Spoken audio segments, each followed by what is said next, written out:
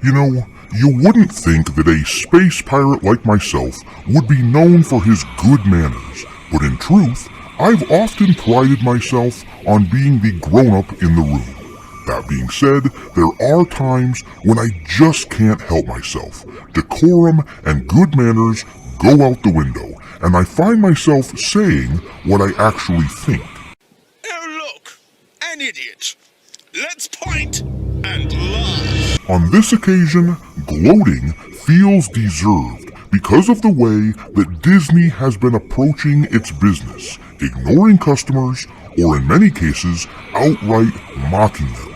But now they've really stepped in it. I'm going to start this video off with a bit of news that you may or may not have already heard. This article comes from Investors Business Daily. 5 worst Dow Jones stocks of 2021 include Disney and Boeing. Under the heading, Worst Dow Jones Stock, the article says this: Disney stock tumbled 14.5% in 2021, making it the worst performing Dow Jones stock for the year. Disney stock sank 8.4% in quarter 4.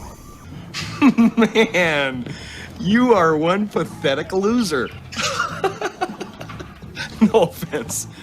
No, none taken. A slowdown in Disney Plus subscriber growth hurt the media and entertainment giant. In 2020, Disney's streaming service had offset the pandemic's negative impact on other Disney businesses, ranging from movies to cruises to parks. But Disney Plus subscriber growth slowed recently as restrictions loosened and people sought entertainment outside their homes.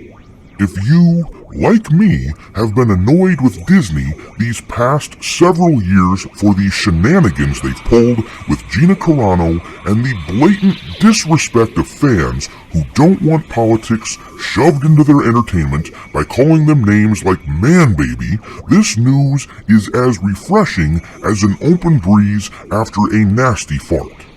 We've seen evidence of Disney employees' hatred of what we love, both in film and in their own offices where they thought we'd never see it.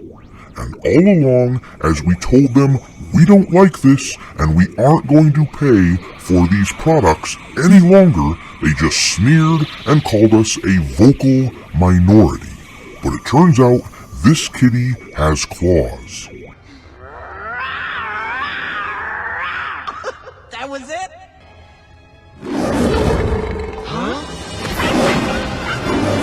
It seems Bob Chapek may have finally gotten the message from folks like us. He recently put out a memo detailing the goals of Disney, which may send shockwaves throughout the entire company, and may add credence to the rumors that Kathleen Kennedy, though still employed technically, is just a glorified figurehead, a snarling zombie whose career is dead and whose fangs have been defanged. She just doesn't know it. Hey, I'll swallow your soul! I'll swallow your soul! I'll swallow your soul! Swallow this.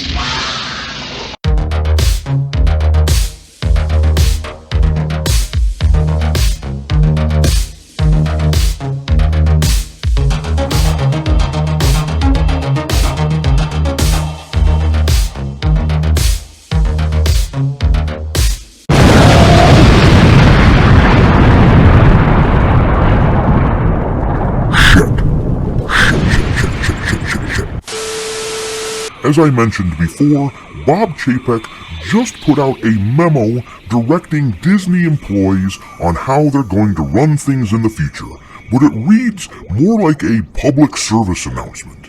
And in the wake of the bad economic news Disney has been hearing recently, I'm sure that this is really just a tacit admission that things are really pretty bleak. We're doomed! Doomed! This past year, as an example, has been a bad one at the box office for Disney. Yes, it's true, Spider-Man No Way Home just made a fortune, but it also exposed their constant narratives for the other films not making money for what they really are. The pandemic narratives are simply bad excuses for content that people don't really want. To make matters worse, their Disney Plus subscriber count growth has slowed to the point that it's not hyperbole to call it a halt. Put all of this together and it's clear that Chapek found it necessary to make some sort of announcement to beat back the hordes of investors who are probably wondering why the hell the company keeps setting cash on fire to put out films like The Eternals, when they could instead strive to make more stuff like Spider-Man No Way Home. Show me the money!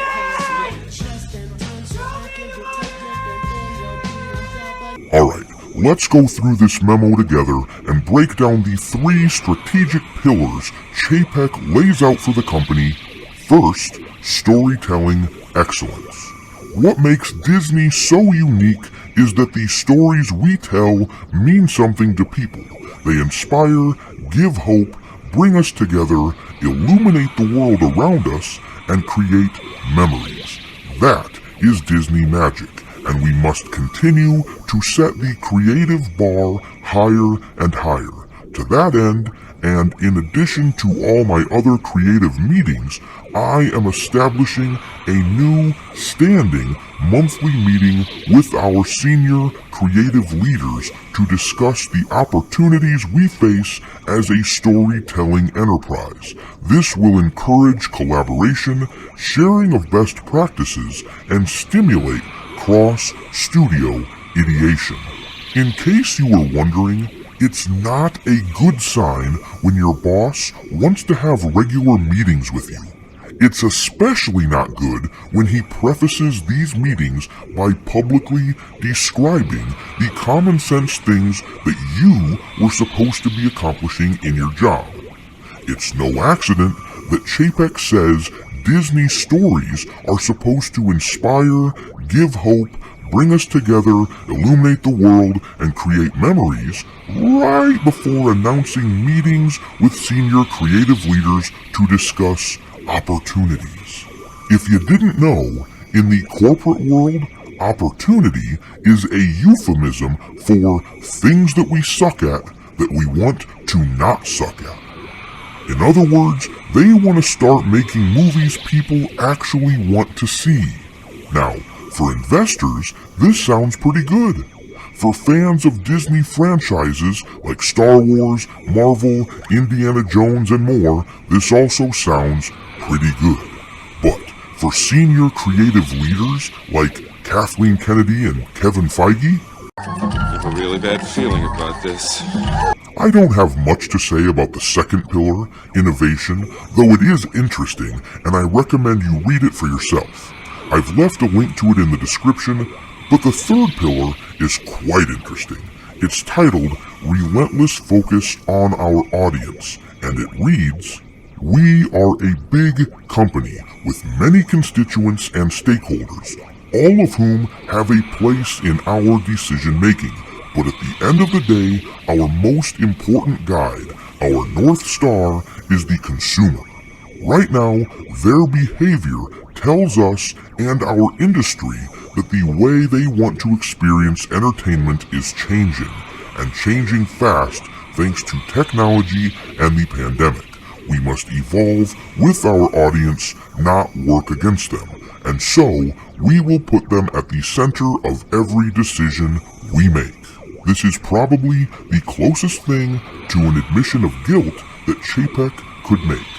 I mean, the world these corporate schmucks have fashioned for themselves by constantly placating the Twitter mob is one where people like Mr. Chapek have to tiptoe through the damn tulips all the time, or else they'll be calling for Bob's head next. And since they've set the precedent by firing people like Gina Carano when Twitter calls for it, they have no leg to stand on to defend themselves.